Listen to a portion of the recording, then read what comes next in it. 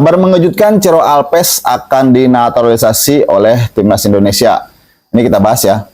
Jadi ini kita bahas masa depan Ciro Alpes bersama Persib Bandung memang sudah berakhir di musim ini.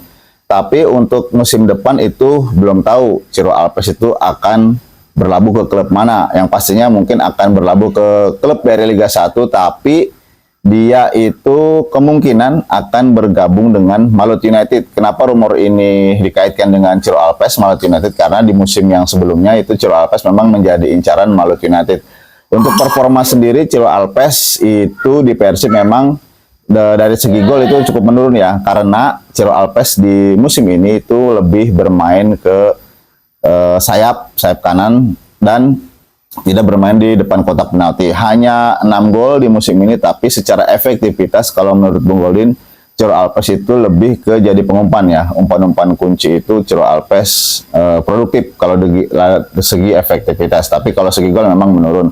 Karena memang faktor usia juga, Ciro Alpes sudah tidak muda lagi, saat ini sudah berusia 36 tahun ya. Kemudian ada opsi untuk menjadi pemain naturalisasi. Memang dia nanti itu sudah 5 tahun di Indonesia dan kemudian secara administrasi mungkin bisa masuk menjadi salah satu pemain naturalisasi, entah itu jadi pemain timnas atau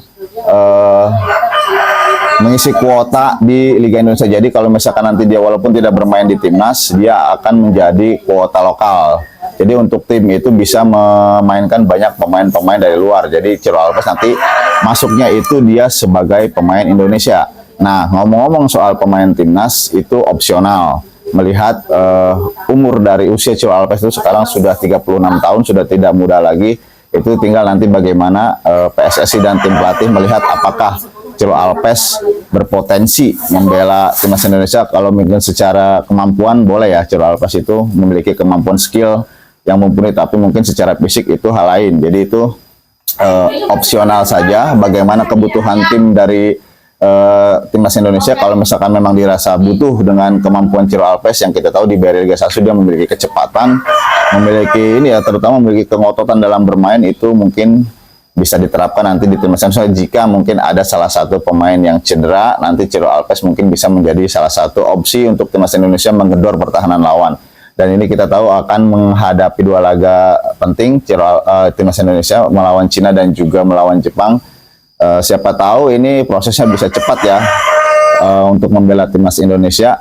Kalau menurut Bung Goldin, kalau untuk 1-2 tahun itu masih bisa lah Ciro Alpes untuk saat ini. Kalau melihat kemampuan saat ini masih kompetitif lah untuk bisa membela timnas Indonesia. Mungkin kalau misalkan 2 tahun ke depan lagi mungkin tidak tahu ya.